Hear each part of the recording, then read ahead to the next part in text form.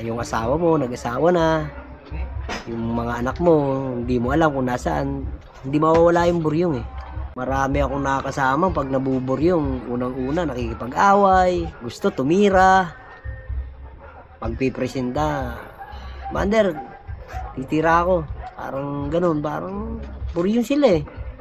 Para sa akin, yung tattoo ko, hindi to binaboy kasi binayaran ko to eh. Pera ang dahilan kung ba't ako naging marami ang tattoo. Magandang araw ulit sa'yo, Tay. Ganda. Ako nga pala si Arcel alias Kulot. Nangulungan ako, nagsimula ako 13 anyos pa lang ang edad ko eh.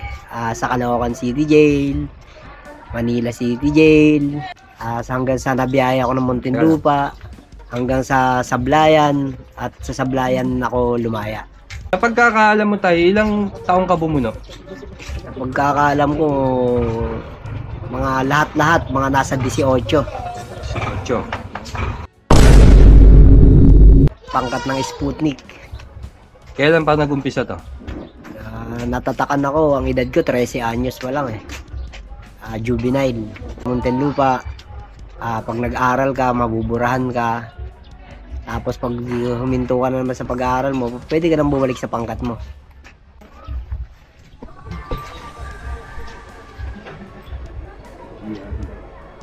Meron pa, Tay?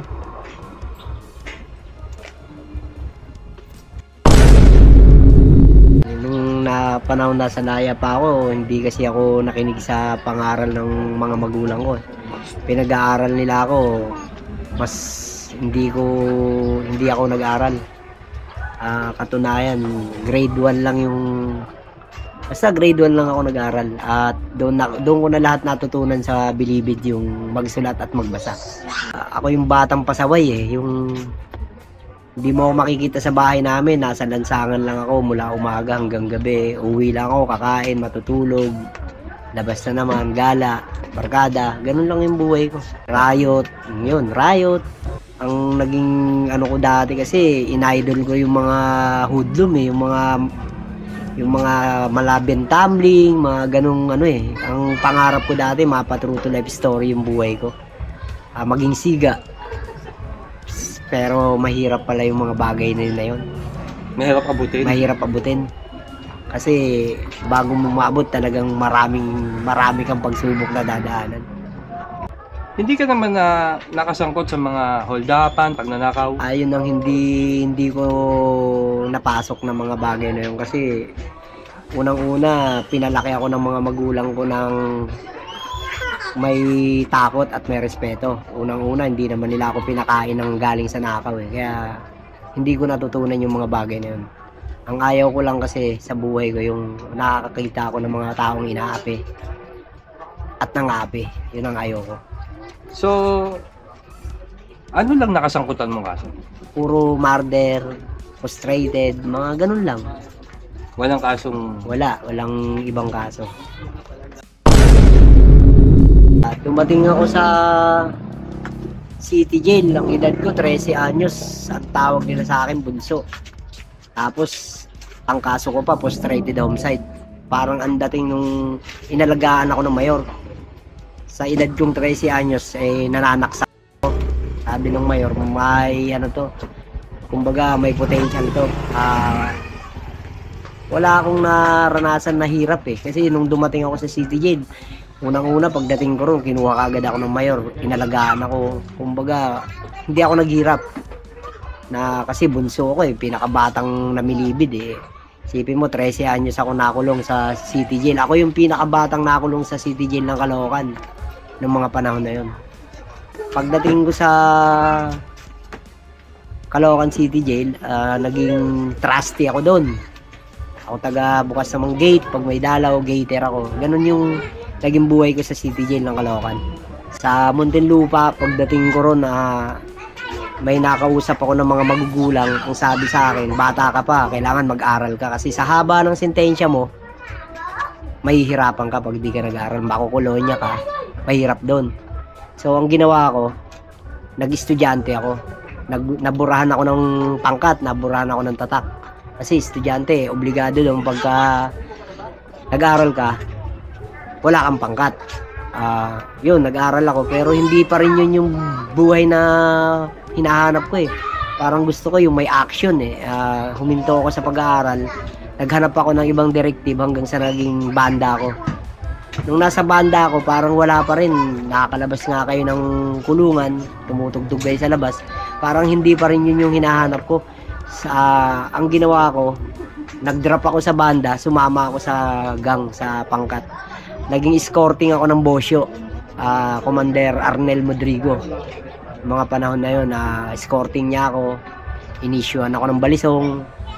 Ganun kasi pag escorting ka doon, ang issue mo, balisong. Kapag kumbaga, kung mahinang klase ka lang, improvise lang yung gamit mo. Kasi kapag nasa Muntinlupa ka, pag ang nahuli sa'yo ng empleyado ay balisong, ibig sabihin, wala kang mabigat na asunto kasi yung kutsilyo mo, yung gamit mo, hindi improvise. Hindi katulad ng mga ice pick, may patong yun. Ang naging issue ko, balisong. Napunta ako ng Sablayan dahil sa riot. Nag-riot ng mula May 1, 2000 hanggang May 4. Dire-diretso yun, araw-araw riot. Ngayon, may namatay. Nadala kami sa 14. Ang kasama ko na 14, yung assistant bosyo ng BCJ, si Lito Culapo. Pagkagaling namin ng 14, inimbestigahan kung akala kami yung pumatay dun sa tao. Hindi namin inamin. Tinapon ako sa Sablayan. Tingnan ko sa Sablayan, birthday ko, hindi ko makakalimutan, December 17. 18 na nang dumating kami sa Sablayan. Ang hirap. Ang binagsakan ko, Bartolina kaagad eh. Pagdating ko sa Sablayan, sa Central, sa Bartolina ako bumagsak sa Building 4. Kasi ang ano dun, pagka notorious ka ng Muntinlupa, ang bagsak mo, Bartolina, Building 4. Ang naging trabaho ko sa Sablayan, magtanim ng palay, gulay, labas trabaho. Ganun lang, araw-araw, magtanim, paulit-ulit lang. May naging katungkulan ka sa Sablayan? Nalipat ako, natapon ako ng pasugi. Yun ang kinatatakutan ng lahat ng preso, yung pasugi sa prison. Natapon ako doon ng February. 2 buwan lang, nakaporma ako, ginawa akong inkargado. Ang ibig sabihin ng inkargado, ikaw yung mamamahala sa mga preso, sa kapwa mo preso. Kumbaga, may may ranggo ka, may katungkulan ka. Yun. Hanggang sa mga 1 taon, naging kapatas ako hanggang 6 na taon. Ako ang kapatas ng Sablayan, pasugi sa prison. Ang una kong inalis sa pasugi yung sakitan sa kapwa preso. Kasi doon, bilanggo ang nagpapahirap sa kapwa bilanggo. Yun ang una kong pinagbawal, yung saktan mo yung kapwa mo preso. Nangyari naman yun? Nangyari naman sa pagpapasunod ko. Dinaan ko sa diplomasya. Kasi hindi mo na pwedeng takutin yung mga taong dati nang may... Kaya nga yan mga nakulong, mga demonyo yan, may mga tapang yan, may mga tira yan, may mga kalokohan sa katawan yan. Hindi ko na sila pwedeng takutin. Sa liit kong to, hindi ko sila pwedeng takutin. Dinaan ko sila sa pakikisama at diplomasya. So, natupad ba? Natupad naman yung mga... Natupad naman yung kagustuhan kong ipagbawal yung mga sakitan. So, kaya yun. Doon sila nagpasalamat sa akin. Ang katunayan niya, nung lumaya ako, yung mga taong naiwan ko, nag-iyakan pa sila. Na kapatas, paano na kami? Baka bumalik yung dating pasugi. Sabi ko, hindi na mangyayari yun kasi panahon na Kristo ngayon, sabi ko. Ano naging benepisyo sa'yo ng pagiging pamamahala mo dyan?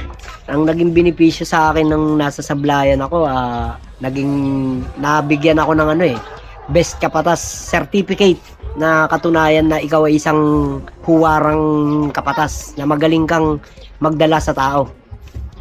Yun at saka sila yung mga nagrekomenda sa akin na para mabigyan ako ng kalayaan ng parol.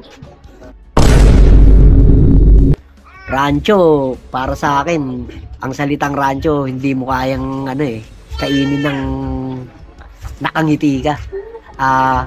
Pagdating ng rancho, kailangan mo siyang i-revival, isang aguli, lagyan ng bechin, asin para magkaroon ng lasa, para malunok mo. Ano ba sitwasyon at itsura ng rancho? 2 klase lang kasi ang pagkain sa Bilibid. Kung hindi hilaw, malata. Wala nang iba. Pero kakainin at kakainin mo. Wala kang magagawa kung di mo kakainin kasi magugutom ka. Mapapatulo lang yung luha mo pag kinain mo. Kasi isipin mo, sa laya, masarap yung pagkain mo. Dito parang kanin baboy, kakainin mo. So, swerte pag may dalaw. Swerte ka kapag may dalaw ka kasi yung pagkain mo, pag nakakain ka ron, ibig sabihin, pag may dalang pagkain yung dalaw mo, ang tawag nila doon, kanin laya. Makakakain ka ng masarap. Katulugan, maswerte ako kasi may dalaw ako. Nakapag-produce kagad ako nung nasa sablayan ako, nakapag-produce ako ng kama yung papag, higaan, tapos may kutsyon. Yun agad ang sinikap ko kasi iniisip ko sa sarili ko, bata pa ako, gugupiin ko yung katawan ko, baka hindi na ako makalaya. Kaya tinulungan ko rin yung sarili ko mapaganda kahit man lang sa higaan. Sa City Jail kasi, ang higaan mo dun, semento eh. Pagka bago ka, pag masikip, nakaupo kayo matulog. Ngayon, pagka nakahiga naman sa oras ng tulugan, pag nakahiga kayo, kung anong position nyo, yun na yun. Pag pumaling ka sa kabila, lahat kayo, kunyari, nakatagilid kayo pa kanan. Pag nakatagilid kayo pa kanan, yun lang. Pag tumagilid sa kaliwa, kakaliwa kayong lahat. Ngayon, pag bumangon ka, tihi ka, pagbalik mo, wala ka ng tulugan. Maghihintay ka ng may ihi para mapalitan mo yung pepestuhan niya. So, ibig sabihin, mahirap ang sitwasyon. Mahirap ang sitwasyon sa City Jail sa pagdating sa tulugan. Medium. Sa medium, ganun din, mahirap. Sa akin kasi, nung nasa medium ako, medyo may dalaw ako, bumili ako ng kubol, tapos naging kasangga ko pa yung mayor. May maganda akong higaan, may electric fan, may magandang higaan, kasi nga, kumbaga napasandal ako sa mayor, kumbaga may karancho akong mayor. Pero sa mga baguhan, Sa mga baguhan, talagang kawawa ang preso pag bago ka sa Muntinlupa, sa Sampaguita, pag bago ka, doon ka talaga. Kumbaga, doon ka sa lima-lima, doon ka sa semento. Sabi kasi ng mga nandito sa laya, pag galing ka kulungan, pag marami kang tato, binaboy ka sa kulungan.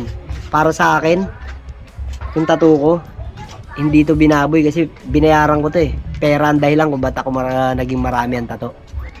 Kasi, ano ba yung dahilan kung bakit dumadami yung tattoo ng mga tao? unang-una sa akin eh, nung kaya ako dumami yung tato, yung pag pinangakuan akong dadalawin ako, tapos hindi nila tinutupad. Parang nabuburyong ako, dinadaan ko na lang sa tato. Pupunta ako sa Mananato, kasi tusukan mo ako. Kung wala man akong pera, ibabayad sa kanya, pantalon o kaya yung mga damit ko. Ganun lang, kasi hindi ka naman basta-basta tutusukan kung wala kang pambayad eh. So, hindi pinagtripan yan? Hindi pinagtripan. Kalokohan yung sinasabi nila na pagka lumaya ka doon wala kang tattoo, ibig sabihin matigas ka doon. Isa lang yung masasabi ko. Yung mga nagsasabi ng ganun, hindi kasi sila nakaranas makulong. At saka unang-una, hindi naman obligahan yung magpatato ka eh. Kung ayaw mo magpatato, wala naman pipilit sa'yo eh. Kung wala kang pangkat, mahirap kasi pag nasa loob ka ng kulungan, maging suluhista ka yung wala kang pangkat. Kasi pag nakasagi ka doon ng may pangkat, kawawa ka. Wala kang pagrereklamuhan kasi wala kang pangkat eh. Kawawa ka. Ranas ako ng takal isang beses yung nakipagsuntukan ako sa kakosa ko. Yun lang ang naranasan ko mula nang makulong ako. Anong dahilan? Nagsuntukan kami. Dahil sa tulugan yun, nakahiga na kami. Pinagtitripan siya eh. Yung nakanganga siya, sinusyutan yung bibig niya ng papel. Pag gising niya, ako yung nakita niyang gising. Ako yung napagbintangan niya. Sinuntok niya ako. Lumaban ako, suntukan kami. Pareho kaming takal. Ilan? Tag-5. Bukod doon, meron pa? Wala na, hindi ko na naranasan Sa matakalan. haba ng panahon nilagi mo doon, 5 lang talaga? 5 lang, kahit anong mangyari, yun lang ang dinanas kong takal. Buryong para sa akin, yung salitang buryong, dumarating talaga sa buhay ng isang preso yun eh. Hindi mawawala yun pagka lalo na may nabalitaan ka sa malayang lipunan na yung asawa mo, nag-asawa na, yung mga anak mo, hindi mo alam kung nasaan, hindi mawawala yung buryong eh. Ano yung sistema nun, boss? Ano yung karaniwang ginagawa nila pag nabuburyo? Marami akong nakakasama pag nabuburyong. Unang-una, nakikipag-away, gusto tumira, pagpipresenta, Mander, titira ako. Parang ganun, parang buryong sila eh. Iba-iba rin, iba-iba yung mga sistema ng mga pag nabuburyong. Ako kasi pag nabuburyong ako, ang ginagawa ko, nung panahon na yun, pag nabuburyong ako, magpapatato ako. Tapos pagkagabi, ibabaling ko na lang yung magdasal na lang eh. Halos buong Biblia nabasa ko eh. Pag nabuburyong ako, yun na lang pinag-aanoan ko. Ang dalaw sa Muntinlupa, sobrang sagrado. Napaka ng mga preso pagdating sa dalaw, napaka-respetado nila. Bawal mo silang tignan o titigan. Kapag dumating yung dalaw ng kakosa mo, hindi mo siya pwedeng titigan. Bawal mo siyang kausapin, bawal ka magpalipad ng sulat. Sa ganun ng mga bagay na kasagrado ang dalaw sa Muntinlupa. Riot, inabot kong riot doon mula May 1 hanggang May 4 eh. Halos araw-araw riot. Naranasan ko yung inambush kami ng mga GI. Kasama ko yung bossyo ng yung commander ko, si Arnel Modrigo. Inambush kami sa Building 5. Ang escorting niya siguro nasa 15 eh. Pagtingin ko, 4 na lang natitira kami.